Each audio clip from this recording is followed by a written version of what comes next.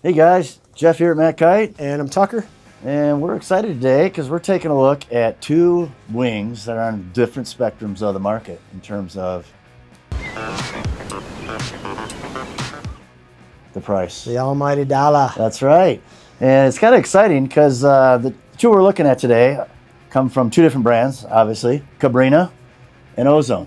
Yeah, also two different kind of case uses, I guess, or performance levels. You know, the AER, very much great beginner wing, amazing in the surf, you know, free riding. And then you got the other end of the spectrum here with Flux 2 Ultra X, which is more of your high performance, free ride, you know, beer league racing. You know, do almost anything, but it likes to do it fast. Yes. It likes to do it powered up. So that's kind of the opposite of what the AER is, really, I would say. So. Yeah, so it is. We're going to look at the Cabrinha AER compared to the Ozone Flux Ultra X. And just put some context, I think, to this too, as you know, our listeners, and you know, winging's been around now for 4 years, about give or take maybe 5, reaching 5.5. Yeah. But we're seeing a lot of quick improvements in wings. You know, faster than the whole kite board. Took a little longer, but we've been able to piggyback on all of what we've learned in sailing over the years, from windsurfing to kiteboarding to all that. And where I think this is kind of unique comparison is with the Cabrinha AER, they aren't necessarily not using good materials. They're just trying to construct, with all the knowledge they have, construct a wing at a price point that's still going to have good performance. Yeah, it's a deconstructed mentality is how I would look at it, right? Like, what can we take off this that we absolutely don't need? How can we make it even lighter, even more simple, even more affordable as a result, but also not compromise too much on performance? I think a lot of durability. Yeah, a lot of prices, you know, that are approaching the AER price are beginner wings. You know, their aim is to make something that works for a new rider, but you know, in terms of performance or application to a specific riding style, they're just kind of meh.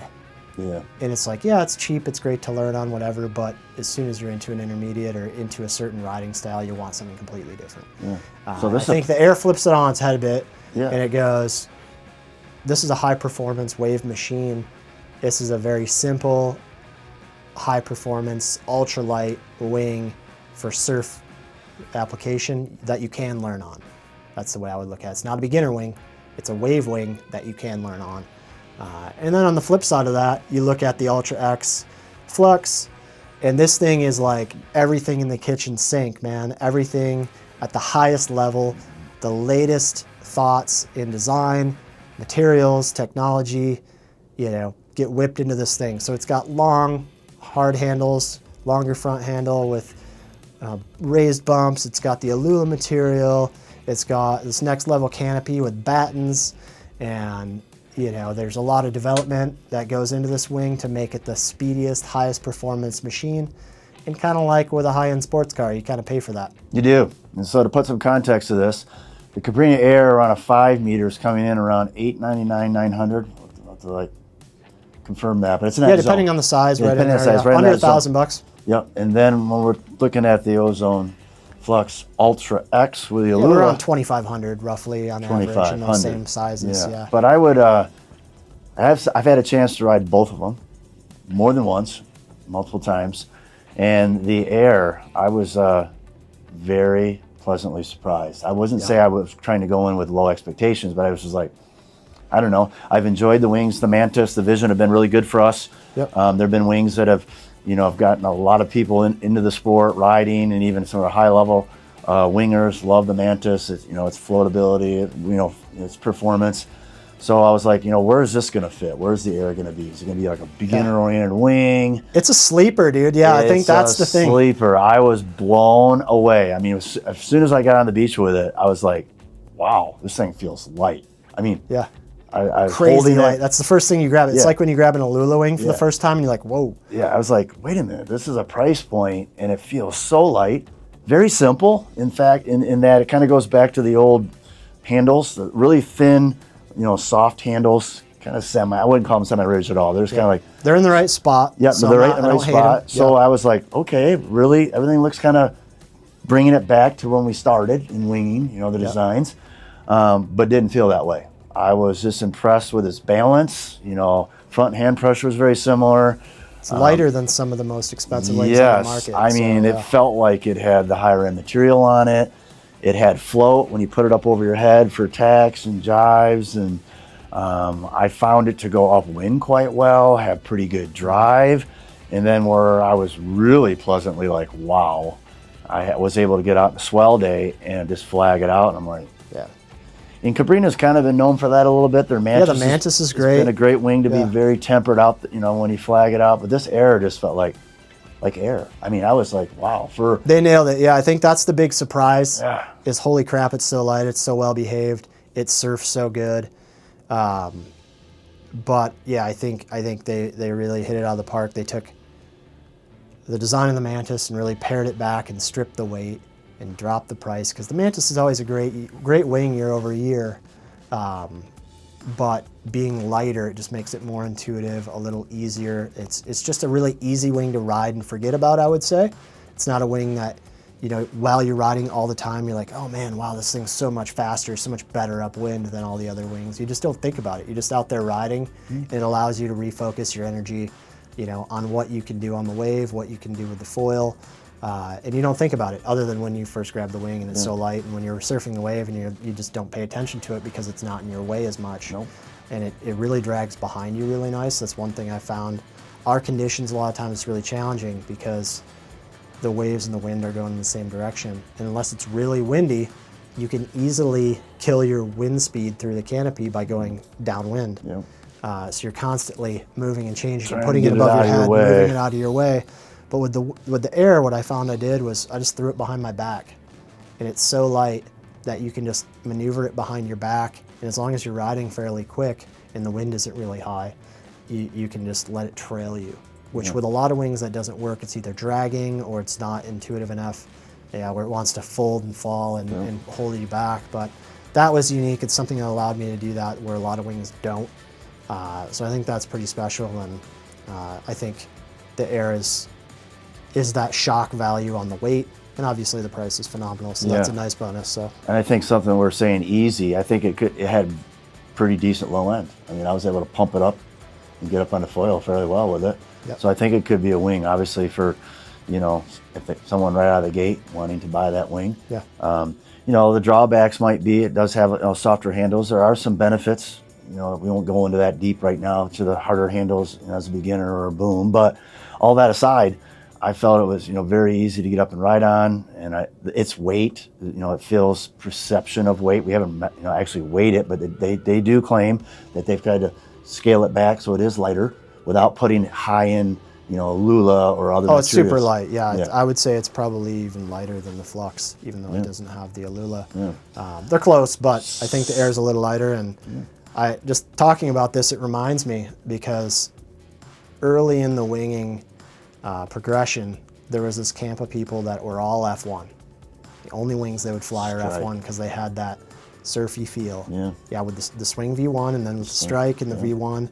Yeah, and F1's gotten a little heavier since, with more robust materials. They ride better, high powered, but there's still this camp of people that are like, I still like my soft handle, ultra light, surfy F1 wings, and there hasn't been a great, you know, this is the one you should buy because everything's a little different. I think the AER is really an interesting choice for those people that are very surf minded. They want to ride small wings. They want something ultra light. They don't want hard handles necessarily. You know, they might not hate them, but they don't need them necessarily. So, and a wing like that, I think the AER fits that person perfectly. I think you said that well, and enough that I would want to grab a smaller size, and I'd have one, you know, Mike Weber. Totally. To rock at that price point and the performance-wise, especially from the size 4, 5, or 4 down. I think, wow, a lot of good possibilities there. So, so we're here to kind of we backed ourselves into this corner. We started out with the AER, which is very price-conscious, good performing wing. We just kind of talked it up, and now we're going to another level. Yeah, and I think we're talking about the Ozone Flux Ultra X. One that we loved the first generation when the first one came out. We have a lot of loyal customers that love the version 1, which they did 2 years, I think, carry over with. Yep. And they are going to be coming out with a V2 just without the Alula, but we got our hands on the Ultra X Alula and rode it. And we're talking about a wing that's more than double in price. Yep. So, you know, we got to have those different price points, you know, in the market, just like in cars and other things. You have different things that'll get you from point A to B, but you can do it with different kind of style and put, you know, a different kind of feel. So we've both ridden the Ultra X. Yeah, I think we go to the automobile. I love a good automobile analogy because everybody can relate. You know, the Air is your F-150 basic truck. You can do all kinds of stuff with it. Not crazy expensive.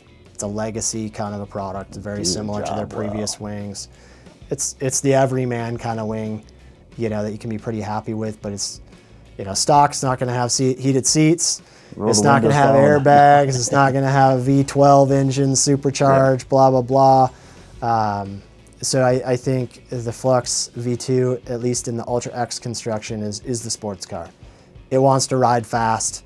It's a bit stiffer, more direct kind of feel. So that could be a good or bad thing depending on who you are and what you want to use it for. Yep. But it's got all the fancy crap built right in and ready to rip and be really happy. I would say it's uncompromising performance is how I would describe the Flux V2 in the Ultra X construction. And like you said, we haven't ridden the standard construction yet, but I have quite high expectations for that. I do too. Just knowing that it's based off this concept and knowing the materials of the V1 and how well that worked. So meshing those two together, I think it's going to be a really great wing as well. But if you want the lightest, stiffest, fastest, highest performance, non-compromised wing, no excuses, man. It's pretty hard to beat this wing. Yeah, I thought it checked all the boxes. You know, obviously it's hard to have a good wing that goes fast, has a decent low end, insane upwind, but also surfs well. Surfs well and floats out. Also jumps well. Yep. It ticks. I mean, I can't think of a thing it doesn't do well. I mean, at a Olympic class race, it's not dual skin, so it's probably not going to be competitive there. But it's dang near competitive at any recreational race. And I would, you know, I've always thought with wings, you know, to be honest with customers when they call, you know, they say, do I need a whole quiver of Alula wings? And I tend to say, if you have the means, they're very nice, but in the larger sizes, I say that you can get your bang for your buck, you know, that 5 and above sizes. Lower sizes, you may not. But, you know, in this case, this wing, we had the 5, I believe it was, that we rode. Yep. I mean, it definitely felt all of just, you know, light. It handled everything extremely well. Covers a huge range. Yeah, light wind. So I was able to get out light wind with it. And a little bit higher wind. I was able to ride waves with it, and it was not in my way. It was not holding me back. Yeah, it's a good wing. It was nice. Now, it made me think, you know, as I press into this thought process, you know, which wing. And I can honestly say both wings I'd be happy on the water. I mean, the Air I did not feel that it would hold me back or not. I would still have a great experience on the water, and it wouldn't get in the way of what I'm trying to accomplish out there. Unless what you're trying to accomplish is riding faster. Yes. It won't do that. I would agree with that. And I think it, you know, when you're engaged with it, it just takes a little bit of flying on the high end to be able to push it and understand it's it a little bit soft more. ride. Yeah. You know, it's the truck ride. We're Yeah. doing this. We're not going.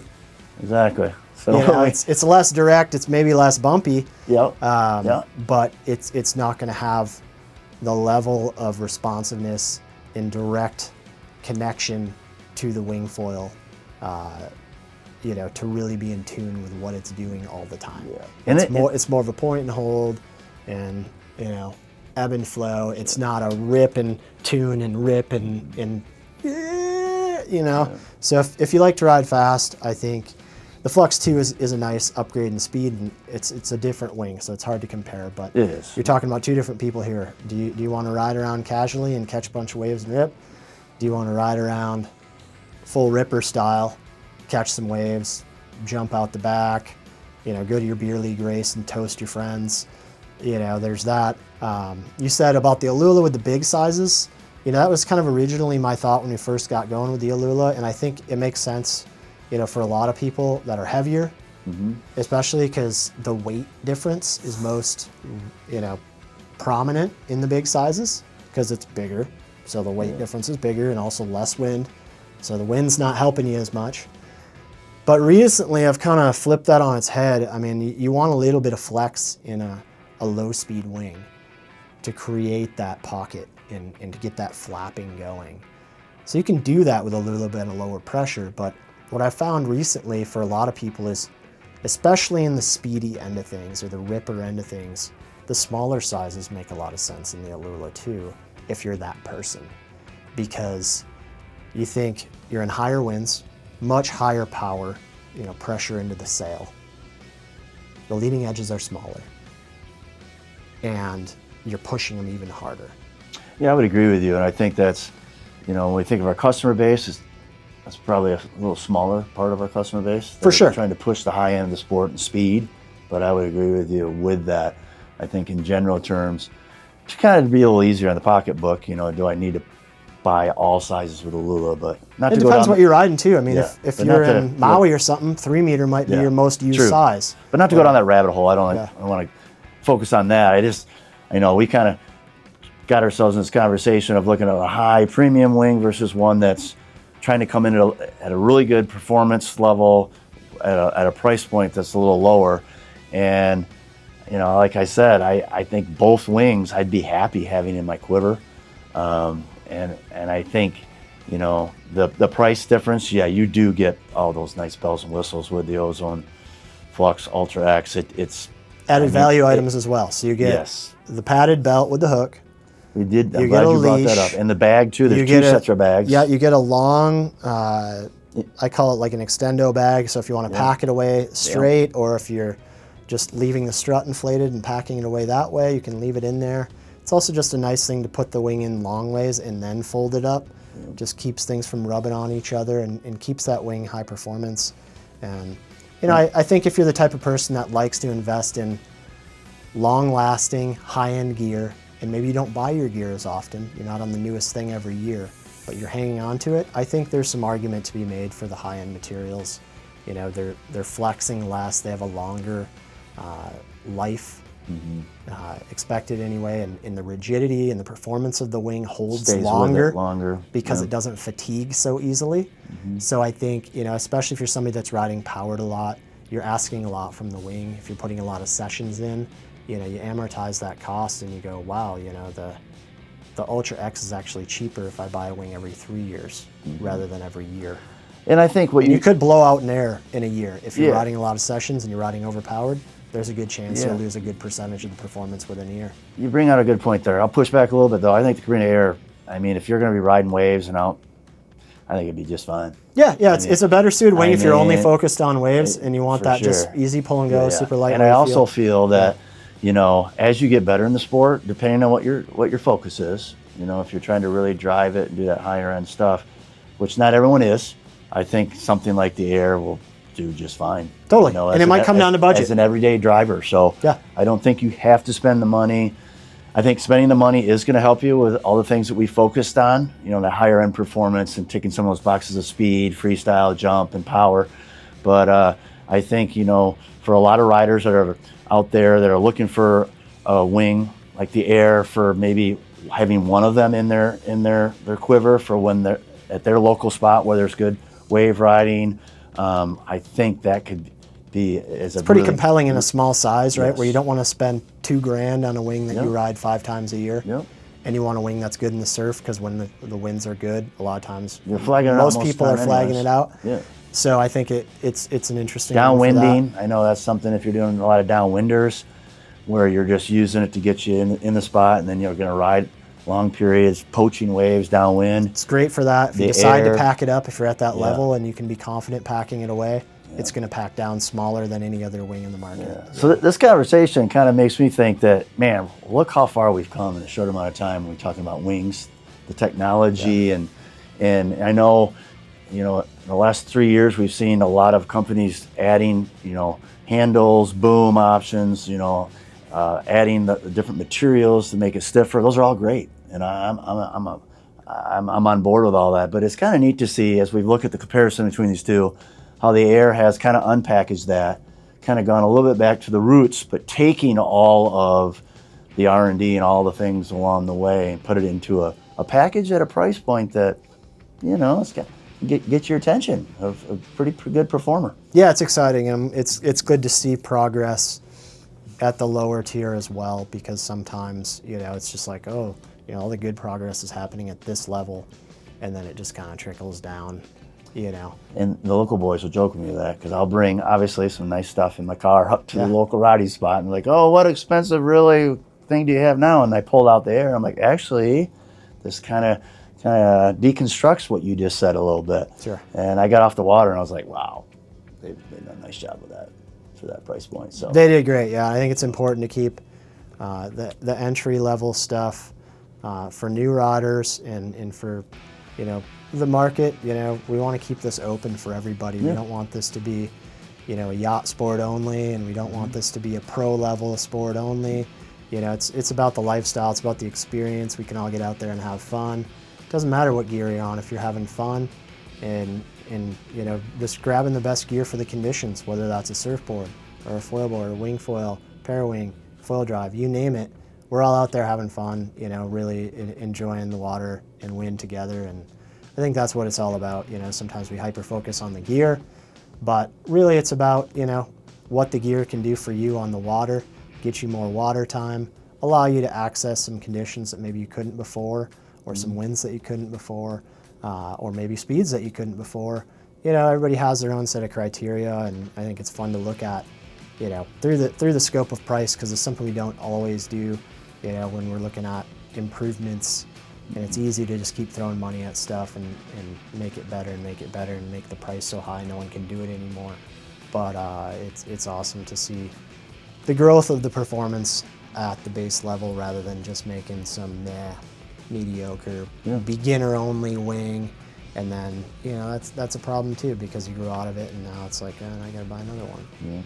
So it's interesting stuff, and fun to look at, and definitely hope to see more of that thought across the industry, where we can do more with less. Well, we are seeing that already, and we'll do some future videos on that. Some of the other brands that are coming out with a lower price point wing. I wouldn't call it a lower price point, but a price point that would be compared to some of the other offerings that they have. More digestible price point. Yeah, a little more digestible, and we're seeing the performance being quite good at those points too. So there you have it. I think we dove in and did a pretty good job of looking at each wing. We both spent time on them and rode them both, and you know, I think it's unique. We haven't done many of this kind of nature, where we take something at a price point and then triple that price. What do we get? What do we think? Yeah. You know, who could it be for? So I think we covered it well. I think as you have watched the video, if you've gotten to this far to the point, you know, if you're still wondering, have questions, you know, we're more than happy here to help you out. You can send us an email, send us a chat, phone call. You know, we can help you kind of walk through some of these newer products at different price points. Is it worth it for you? Every situation's unique, and everybody has their own set of criteria and their own preferences. So fortunately, we ride all this gear, and we can advise you in that. So please get in contact and see what we can do to set you up with stuff that it's going to take your riding to the next level, and take the fun to the next level with it. So right on. So it's been Jeff and Tucker here from MACkite. Enjoy the stoke.